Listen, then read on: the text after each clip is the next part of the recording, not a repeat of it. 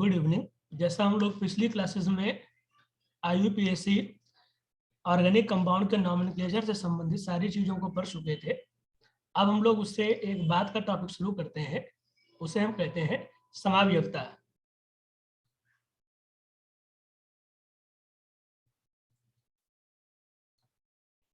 अगर हम बात करते हैं समावयवता या फिर आइसोमेरिज्म की, तो जैसा हम लोगों ने पढ़ा था कि ऑर्गेनिक कंपाउंड का नंबर हमारी प्रकृति में बहुत ज़्यादा है।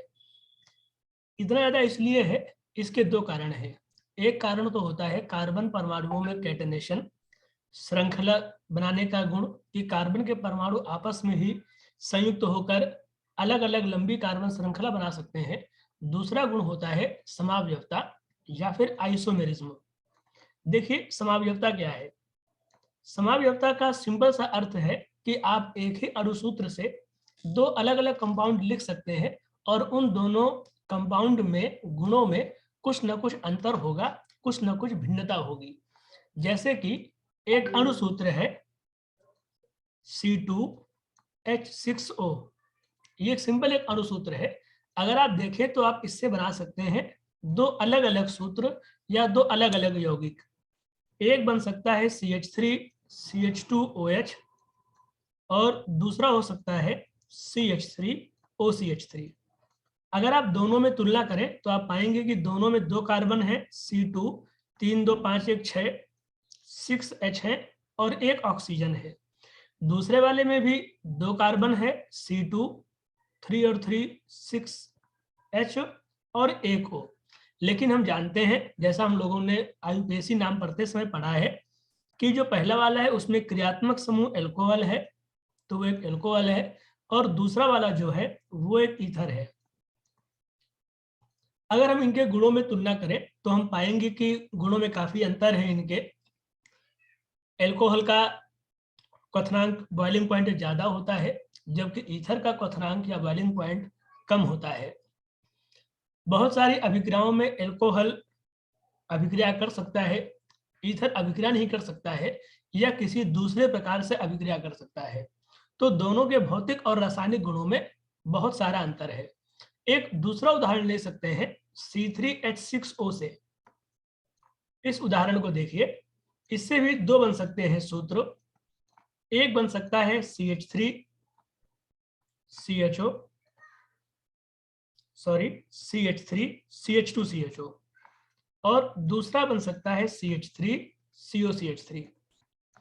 पहले वाले में जो क्रियात्मक समूह है वो एक एल्डिहाइड है, जबकि दूसरे वाले में जो क्रियात्मक समूह है वो एक कीटोन है।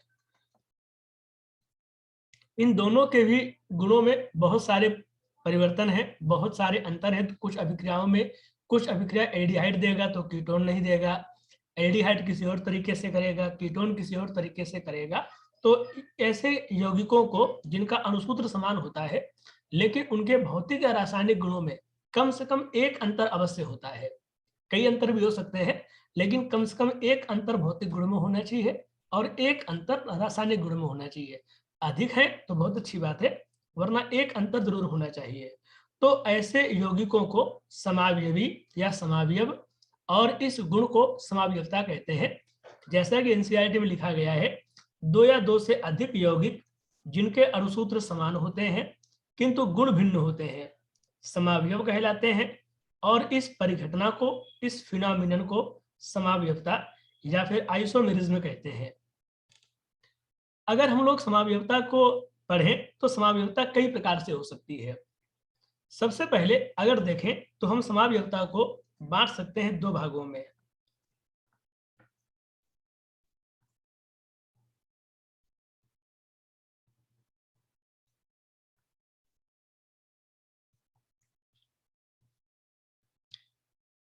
दो भागों में अगर बांटे हम तो जैसा यहां दिख रहा है आपको, सबसे पहला हो सकता है संरचनात्मक समावयवता और दूसरी हो सकती है त्रिविम समावयवता। संरचनात्मक और त्रिविम, इनमें समझते हैं क्या अंतर है। जैसे कि 4 कार्बन कहीं पर लगाने हैं, 4 कार्बन को लगा सकते हैं आप इस तरह से कि एक के बाद एक कार्बन आ जाए। हम जानते हैं कि 4 कार्बन की श्रृंखला बनेगी। ये आप लगा सकते हैं 3 कार्बन एक श्रृंखला में और एक चौथा कार्बन साइड चेन में। तो हम यहाँ पर देख सकते हैं कि यहाँ पर बंध बनाने में ही अंतर आ गया है। कार्बन परमाणुओं के लगने का जो क्रम है वो क्रम ही अलग हो गया है, मतलब कि रासायनिक बंध के स्तर पे अंतर आ गया। तो जब रासायनिक बंध के स्तर पे अंतर आएगा तब उसे कहा जाएगा संरचनात्मक समावयवता।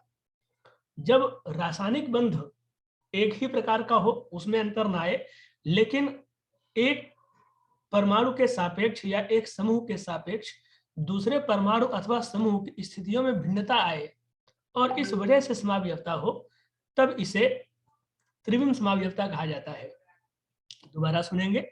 जब रासायनिक बंध एक जैसा हो, परमाणुओं के एक दूसरे से जुड़ने का क्रम एक जैसा हो, लेकिन स्पेस में 3D में देखने पर एक परमाणु के सापेक्ष दूसरे परमाणु की स्थिति भिन्न दिखे, तब उसे हम लोग त्रिविम समावयवता कहते हैं। त्रिविम समावयवता बाद के चैप्टर से पढ़ने के लिए आएगी। इस चैप्टर में अभी हम लोगों का सारा ध्यान केवल संरचनात्मक समावयवता में रहेगा। ऊपर जो भी आपको उदाहरण दो बताए गए थे, वो दोनों उदाहरण संरचनात्मक समावयवता के हैं। संरचनात्मक समावयवता कई प्रकार की हो सकती है।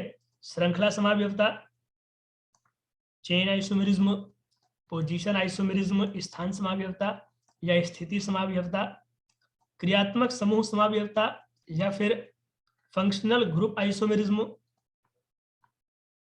मध्यावयवता या फिर मेटामेरिज्म। इनके अलावा दो और हैं, हम उनकी बात भी करेंगे। इनके अलावा दो और होती हैं, उनमें एक और आएगी जिसे हम कहते हैं चलावयवता,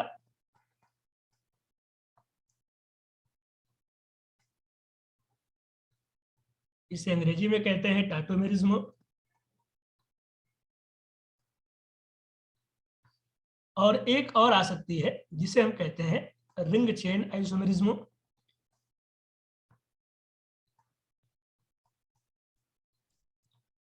हमारा सारा ध्यान पहले मुख्य 4 समावयवताओं में रहेगा, श्रृंखला, स्थिति, क्रियात्मक समूह और मध्यावयवता में। एक एक करके चारों को डिस्कस करते हैं। सबसे पहले संरचनात्मक समावयवी क्या होंगे? संरचनात्मक समावयवी वो होंगे जिनमें अणुसूत्र समान होंगे लेकिन संरचना सूत्र अलग अलग होंगे। एक परमाणु के दूसरे परमाणु से लगने का क्रम अलग अलग होगा और उस वजह से उनके गुणों में अंतर आएगा, तो उसे संरचनात्मक समावयवी कहा जाएगा। दोबारा सुन लेंगे। इनमें अणुसूत्र समान होंगे लेकिन एक परमाणु से दूसरे परमाणु के बनने वाले बंध अलग अलग हो जाएंगे, जिस वजह से उनके गुणों में अंतर आ जाएगा। इन्हें संरचनात्मक समावयवी और इसे संरचनात्मक समावयवता कहते हैं। यौगिक जिनके अणुसूत्र समान होते हैं, परंतु संरचना परमाणुओं का अणु के अंदर परस्पर आबंधित होने का क्रम भिन्न होता है, उन्हें संरचनात्मक समावयवियों में वर्गीकृत किया जा सकता है। यह कुछ प्रकार के हो सकते हैं जैसे बताया गया है। पहला है श्रृंखला समावयवता। श्रृंखला देख लेते हैं।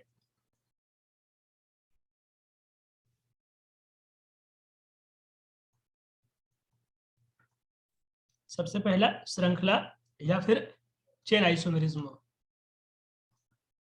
जैसे कि बताया पहले भी कि 4 कार्बन है, 4 कार्बन कहीं लगाने हैं आपको, तो आप लगा सकते हैं 4 कार्बन एक सीधी श्रृंखला में, या लगा सकते हैं 3 कार्बन सीधी श्रृंखला में और 1 कार्बन एक साइड चेन में।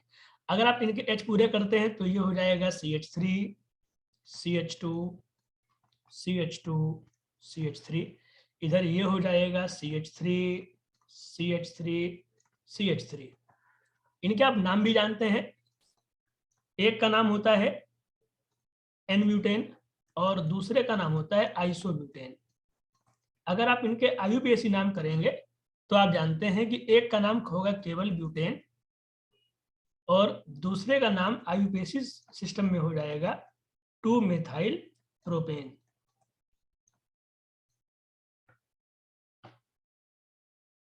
तो हम ऐसा कह सकते हैं कि संरचना की श्रृंखला समावयवता में IUPAC नाम करते समय जो वर्ड रूट आता है वो वर्ड रूट अलग अलग हो जाएगा। अगर कभी आपको भ्रम हो कि ये समाव्यवस्था है कि नहीं, तो आप उनका आईयूपीएसी नाम करके देखिए, अगर उनका वर्ड रूट अलग अलग आ जाए तो आप पाएंगे कि वो चेन आइसोमर्स है। ऐसे 5 कार्बन के लगने पर भी कई रास्ते हो सकते हैं। हो सकता है 5 कार्बन लगे हो एक सीधी श्रृंखला में, या फिर 4 लगे हो सीधी श्रृंखला में, एक साइड चेन हो, या फिर 3 लगे हो सीधी श्रृंखला में और बाकी दोनों साइड चेन हो। पहले वाले का नाम होगा पेंटेन। हम मानते हैं कि इनका आप H पूरे करके इनके नाम कर लेंगे।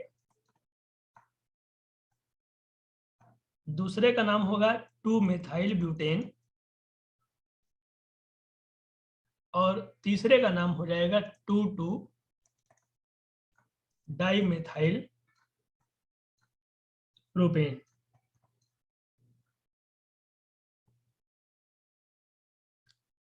फिर देखिए स्थिति या फिर पोजीशन आइसोमरिज्म नंबर 2 पर आता है। श्रृंखला हो गई, समान अणुसूत्र एवं भिन्न कार्बन ढांचे वाले, मतलब श्रृंखला में अंतर है, अधिक यौगिक। अब क्या होगा, अब की बार कार्बन श्रृंखला समान रहेगी। अगर 4 कार्बन की श्रृंखला है तो श्रृंखला 4 कार्बन की ही रहेगी, लेकिन किसी क्रियात्मक समूह की स्थिति, डबल या ट्रिपल बॉन्ड की स्थिति, या फिर किसी प्रतिस्थापी समूह, किसी सब्स्टिट्यूएंट की स्थिति भिन्न भिन्न हो जाएगी।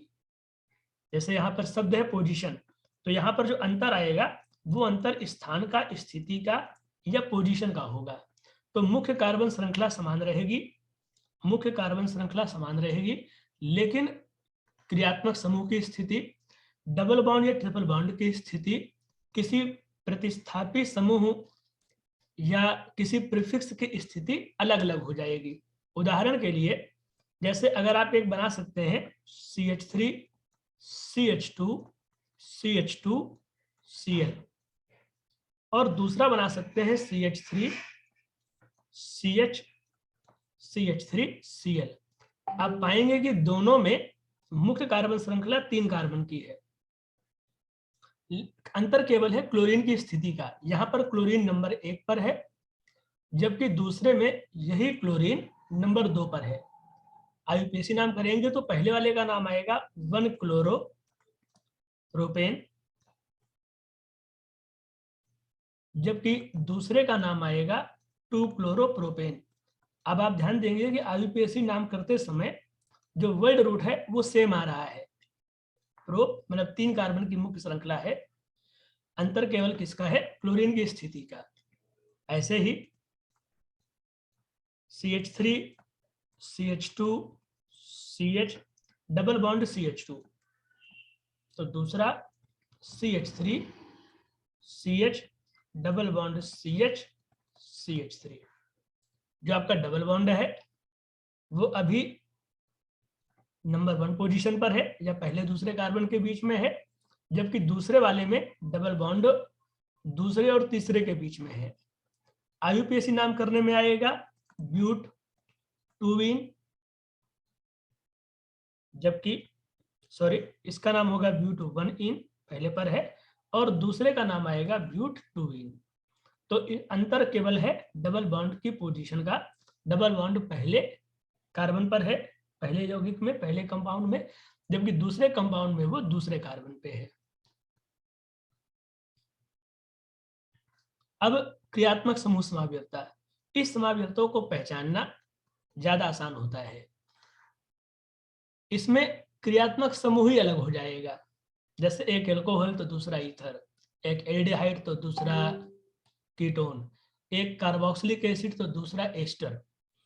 तो जब ऐसे यौगिक जिनके अणुसूत्र समान हो परंतु उनमें क्रियात्मक समूह भिन्न भिन्न हो, तो उन्हें एक दूसरे का क्रियात्मक समूह समावयवी कहते हैं।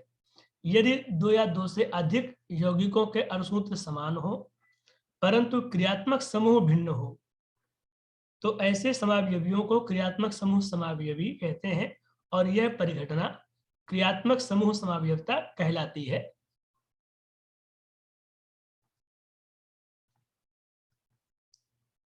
इसके कुछ विशिष्ट उदाहरण हैं, एक एक करके सब करेंगे। सबसे पहला एक एल्कोहल तो दूसरा ईथर, इसमें लगभग निश्चित होगा कि अगर एक एल्कोहल है तो दूसरा ईथर हो सकता है।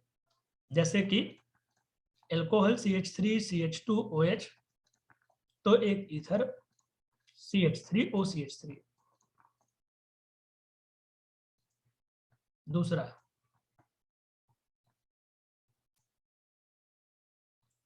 एल्डिहाइड और कीटोन, अगर एक एल्डिहाइड होगा तो फिर दूसरा कीटोन हो सकता है CH3CH2CHO, CH3COCH3। ये दो ज्यादा कॉमन है। तीसरा देखिए, अगर एक एसिड मतलब कार्बोक्सिलिक एसिड तो दूसरा एस्टर, जैसे कि CH3COOH एक एसिड, और बिना कंफ्यूज हुए HCOOCH3 एक एस्टर। अगर कुछ कम समझ में आ रहा हो तो दूसरा उदाहरण देखिए, CH3CH2COOH एक एसिड, CH3COOCH3 एक एस्टर। और भी हो सकते हैं क्रियात्मक समूह समयोजकता में। ये तीन मुख्य थे, एल्कोहल और ईथर, एल्डिहाइड और कीटोन, एसिड और एस्टर। फिर एक डाइईन और एक आइन। डाइईन समझते हैं, दो डबल बॉन्ड, और आइन क्या होगा, एक ट्रिपल बॉन्ड। जैसे कि एक diene CH2 double bond C double bond CH2, ये एक डाइईन है, इसमें दो डबल बॉन्ड है। तो एक और बन सकता है CH3C ट्रिपल बॉन्ड CH, इसमें एक ट्रिपल बॉन्ड आ गया। फिर बहुत कॉमन है साइनाइड और आइसोसाइनाइड, इन ग्रुप से परिचित होंगे आप। साइनाइड ग्रुप होता है CN और आइसोसाइनाइड ग्रुप होता है NC। तो उदाहरण के लिए CH3CN साइनाइड होगा और CH3NC आइसोसाइनाइड होगा।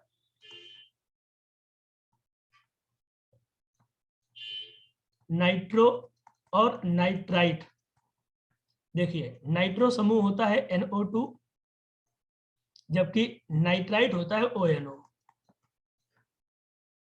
जैसे एक लिखा जाए CH3NO2 तो ये नाइट्रो है, नाइट्रोमेथेन। एक लिखा जाए CH3ONO तो ये हो जाएगा मिथाइल नाइट्राइट। एक बहुत इंपॉर्टेंट है, प्राइमरी, सेकेंडरी और टर्शरी एमीन। इस बात की चर्चा आपसे पहले भी की जा चुकी है कि हम तीनों एमीनों को अलग अलग क्रियात्मक समूह मानते हैं, और आपको तीनों प्रकार के एमीनों के बारे में पता है। जैसे CH3 CH2 NH2 ये एक प्राथमिक एमीन है, और CH3 NHCH3 एक सेकेंडरी एमीन है। ये दोनों अलग अलग क्रियात्मक समूह है। ऐसा ही एक और देखिए, 1 डिग्री 2 डिग्री एमाइड, मतलब कि एमाइड भी हो सकते हैं। जैसे कि एक आप बनाए एमाइड CH3 CH2 CONH2, ये प्राइमरी एमाइड है। आप कार्बन को उधर ले जाएं और बना लें CH3 CO NHCH3, तो ये एक सेकेंडरी एमाइड है। इनको भी मानते हैं कि ये हमारे अलग अलग क्रियात्मक समूह है। तो ऐसे टर्सरी भी हो सकता होगा 1 डिग्री 2 डिग्री 3 डिग्री एमाइड। इस तरीके से हम लोगों ने क्रियात्मक समूह समावयवता के कुछ उदाहरण किए हुए हैं। अगली देखते हैं समावयवता, मध्यावयवता या फिर मेटामेरिज्म। जैसा इसके नाम में आ रहा है, मध्या मतलब ये मध्य से शुरू होगी, कहीं बीच में होता होगा। अब बीच में वही आ सकते हैं परमाणु या समूह जिनमें बॉन्ड एक से अधिक बन सकते हो। जैसे कि ऑक्सीजन, इसके 2 बॉन्ड बन सकते हैं। नाइट्रोजन के परमाणु के 3 बॉन्ड बन सकते हैं। सल्फर बन सकता है, जहां सल्फर ग्रुप बनता होगा, कई बार आता होगा अगर तो। कार्बन खुद भी ग्रुप बनता होगा तो आ सकता होगा, 4 बॉन्ड बन सकते हैं। तो ऐसे सभी परमाणु जिनके बंध एक से अधिक होते हैं उन्हें हम कह सकते हैं पॉलीवैलेंट एटम, बहुसंयोजी परमाणु।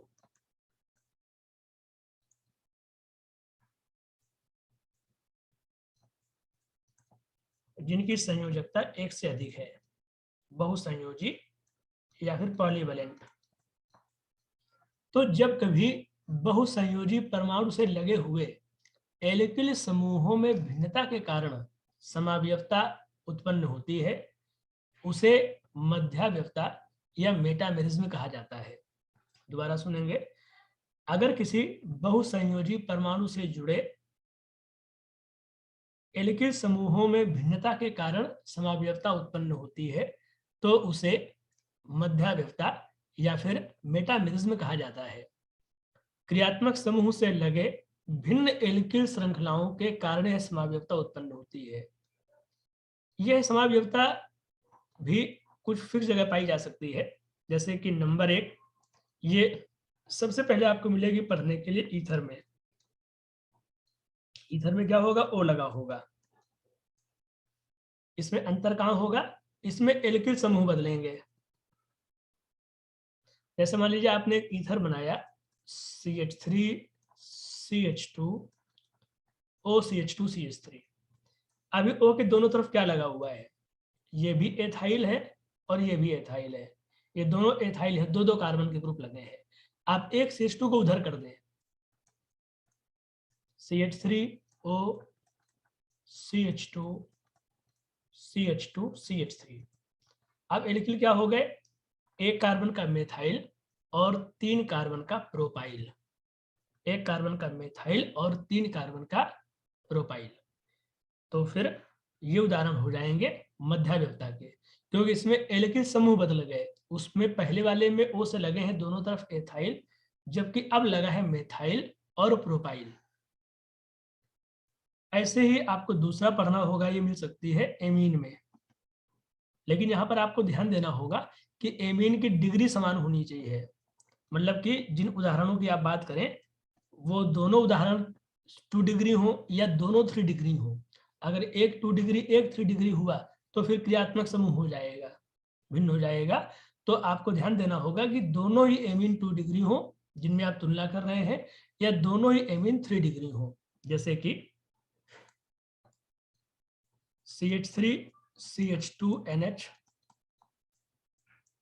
CH2 CH3, ये 2 डिग्री एमीन है, तो हमको अगला भी एक 2 डिग्री एमीन ही बनाना पड़ेगा। CH3 NH CH2 CH2 CH3, ये भी एक 2 डिग्री एमीन है। अब अंतर क्या है, इसमें लगे हैं दो दो कार्बन के एल्किल एथाइल एथाइल, जबकि इसमें लगा है एक एक कार्बन का मिथाइल और एक 3 कार्बन का प्रोपाइल। और भी हो सकते होंगे, आपको कम से कम 2 आने चाहिए मध्यावयवता के, बाकी सल्फर से भी हो सकते होंगे, कीटोन में भी हो सकते हैं। तो इतना हम लोग आज पढ़ेंगे संरचनात्मक सांद्रता के बारे में। अगले क्लास में हम लोग इसके बाद का देखेंगे।